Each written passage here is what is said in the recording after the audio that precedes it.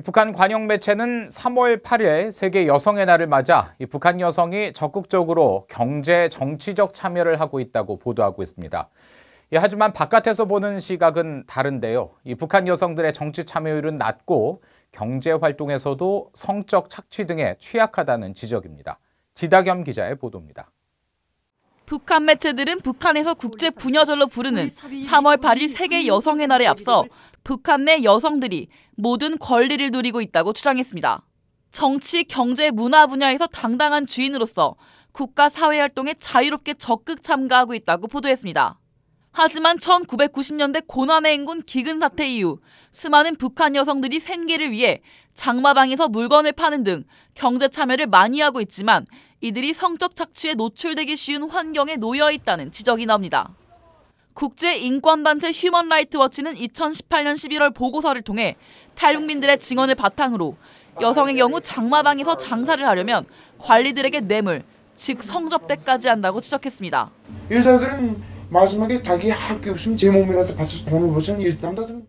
탈북민 출신의 북한 인권운동가인 박지연 진검다리 대표는 북한 여성들이 경제적인 참여 때문에 더 심한 인권 유린을 당한다고 말했습니다.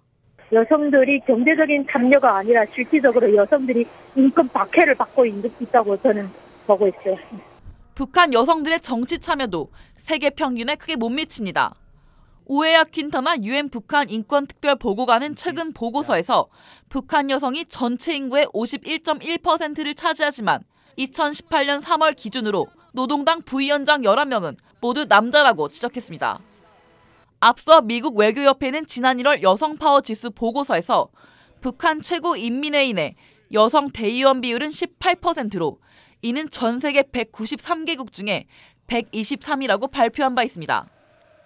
북한은 1946년에 남녀 평등권 법령을 제정 공포했고 2010년 여성권리보장법을 채택하여 남녀 평등에 관한 법적 틀을 만들어 왔습니다. 하지만 유엔 여성차별철폐위원회는 2017년 보고서에서 북한 내 공공 혹은 사적 공간에서 여성차별에 대한 포괄적 정의를 명시하는 법률이 없다며 북한 법률의 문제점을 지적했습니다. 후에 뉴스 지다겸입니다.